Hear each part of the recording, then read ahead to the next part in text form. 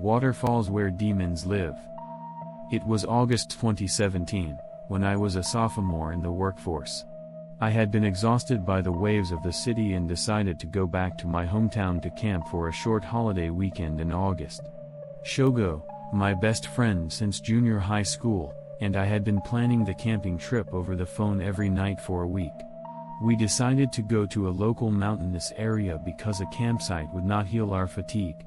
We decided to go to a stream where we could catch char and landlocked salmon, and camped by the riverbank. On the day of the trip, I took the morning bullet train back to my hometown, and Shogo picked me up and took me there. I think it was around 11 o'clock in the afternoon when I arrived. First, we went fishing. The fish were not biting, but we caught 3 each and decided to eat them for lunch. We built a fire and prepped the fish. I dumped the entrails into the river, and as I did so, I heard a terrible ringing in my ears. I mumbled Itadakimasu in my mind and wondered if the mountain gods were angry. They ate the fish, played catch, climbed the stream, and were innocent, not unlike adult males. And while we were climbing a stream, we saw a waterfall upstream.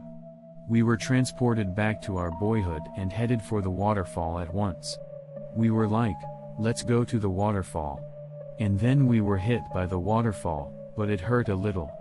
The weakling Shogo cut out early, but I was struck by the waterfall for about 5 minutes, thinking I was trying to cleanse my body after the tinnitus I had earlier. Shogo was staring at the waterfall in a daze for some reason. I moved away from the waterfall and asked, "What's wrong?" I asked him, "There is something behind the waterfall, isn't there?" Indeed, there is something there. But the waterfall was in the way and I couldn't see the whole picture. Being the boy since childhood, I decided to go behind the waterfall. After the waterfall, I proceeded further and found a cave in the shape of something gouged out. I was so excited that I took out my phone from the waterproof case and illuminated it with a light. A moment later, the sound of the waterfall stopped. I looked back and saw a stone wall where the waterfall used to be. There was no door, no window, no nothing, just a space. With a mixture of fear and curiosity, I looked around the room again. A space of about 8 tatami mats was littered with what looked like bones. In the center was what looked like a shrine, with what looked like reddish-black dried blood stuck to it. Next to the shrine was a stupa-like object, almost unreadable because it was faded, but the words Sen and Oni could be seen. Oni was an old Chinese character. And on the other side of the shrine, there is something. A ghost? A person? A monster? Either way, whether you are saved or killed, that something will know. Excuse me. Oh. Me, I'm lost, can you tell me how to get home? I'll send you home now. It's already gone. After we had a safe conversation, I approached the place with my light ready. I was so disastrous that I was incontinent. Goosebumps broke out all over my body and tears welled up. I was struck by the sight of the big, greenish-white eyes, the dark blue skin like a bumpy frog, and the face of a man wearing a loincloth, with a rusty complexion. He was wearing a loincloth and sharpening a rusty knife on a rock. The word Oni was written on a stupa. I understood that this was a demon. The demon said, "Well, don't be surprised. I hate men. I'll bring you back safely. Just stop that glare, it's hurting my eyes." I turned off the light and sat there, saying that I couldn't win if I went against him and he would let me go home safely. I wondered how many hours I had been there since then. It felt like more than 3 days, but it was probably shorter. I had only a toilet with a hollow in the rock and a spring of water. Occasionally, when we thought they were gone, they would bring us frogs and birds. There was no way I could eat them as they were, so I left them behind. As my eyes adjusted to the darkness, I realized what the scattered bones were. They were human bones. Countless skulls were scattered around the area where the demon was. Women's brains taste good. Men stink. What a thing to say. I thanked my parents for giving birth to me as a man and waited for them to return me safely. The demons wanted to know about the outside world. He talked about cell phones, cars, etc. Every human name the demon knew was a historical figure. When he finally became so weak that he thought about messing with birds and frogs, suddenly he heard the sound of a waterfall. The demon said, "I like you. Come again." I said, "I'm sorry I wandered in. I'll bring you something next time." I left the cave. I left the cave and walked down the stream, dizzy.